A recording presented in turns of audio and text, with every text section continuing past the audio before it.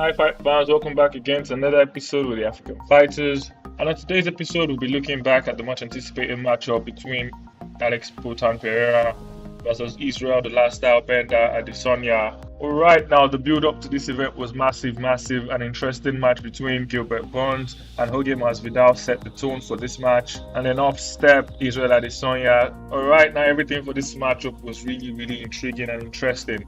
Them walking into the ring alone, you could feel the tension when Alex Pereira stepped in. I mean, the track he walked in with was so warrior-like, you could cut the tension in the atmosphere with a knife, and it was amazing. Alright, we'll jump straight into it. Round one went by pretty quickly, Both fighters were trying to feel out each other initially. It was quite obvious that Alex Pereira came into the fight with the same game plan from the last time, as those leg kicks, Israel Adesanya did not have any answer for them. Those leg kicks connected on both stances. Adesanya started the fight out of the orthodox stance, as he always does, but after sustaining serious damage to that lead left leg, he had to switch it up to the southpaw.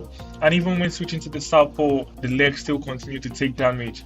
Izzy had a real problem with that calf kick. It compromised his leg after the first round. After the fight, Israel Adesanya has come out to, applaud Alex Pereira for his skill and technicality level on those leg kicks. He says it's something he would love to pick up from him, as he had absolutely no answer. He was so disguised with the way he threw the leg kicks. Israel Adesanya, on the other hand, connected with a couple of different strikes. He loves to mix it up. There was a lot of kicks to the body by Israel Adesanya, almost trying to set up the question mark kick to the head. But Alex Pereira, as anticipated, never really overreacted to any of those. He just ate them and stayed right in front of Adesanya, continued to punish the legs and threaten with that massive power of his. Israel Adesanya finished round one very strong, kind of let the hands and the legs go, reminding himself that he could not allow Pereira just exert dominance over him like he did in the last fight by just controlling the center of the octagon.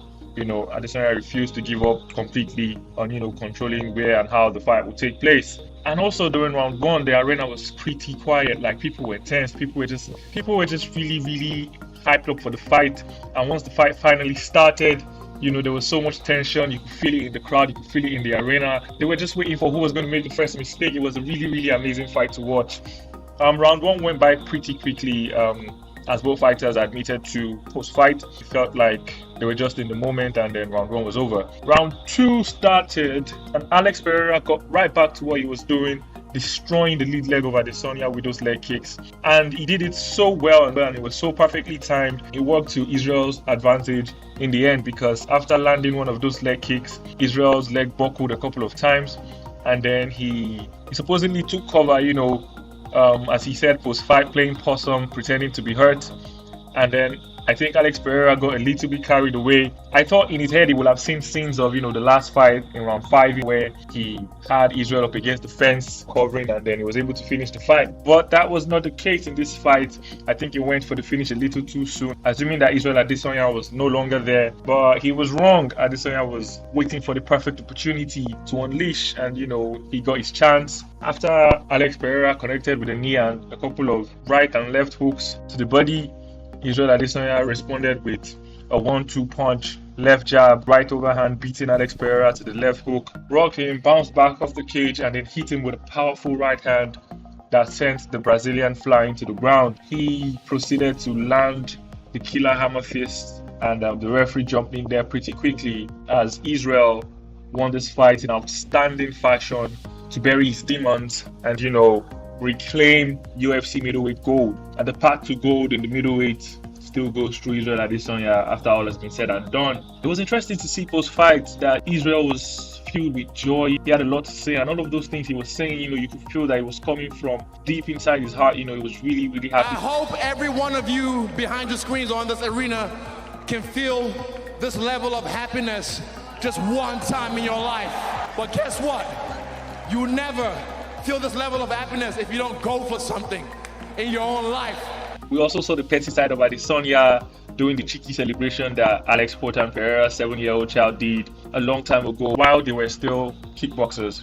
After the fight, Israel was asked if he wants to have another go at Pereira, and he absolutely declined. Pereira didn't deserve a title shot, but he accepted the fight. He has proved to himself what he wanted to, and so if Pereira wants another shot, he's going to have to go through the same route that every other fighter will have to go through, and that's going to have to be a very, very long road. Alex Pereira, even before the fight, was believed to want to move up because he has struggled to make weight. Up until the last hour of weighing, he still had pounds to lose. So I believe it's a consensus decision between his camp to have him move up in the weight category. An amazing headline for UFC 287. Let us know your favorite part of the match in the comment section. Thank you for watching. Louder! We are Africans. Come on, Africans!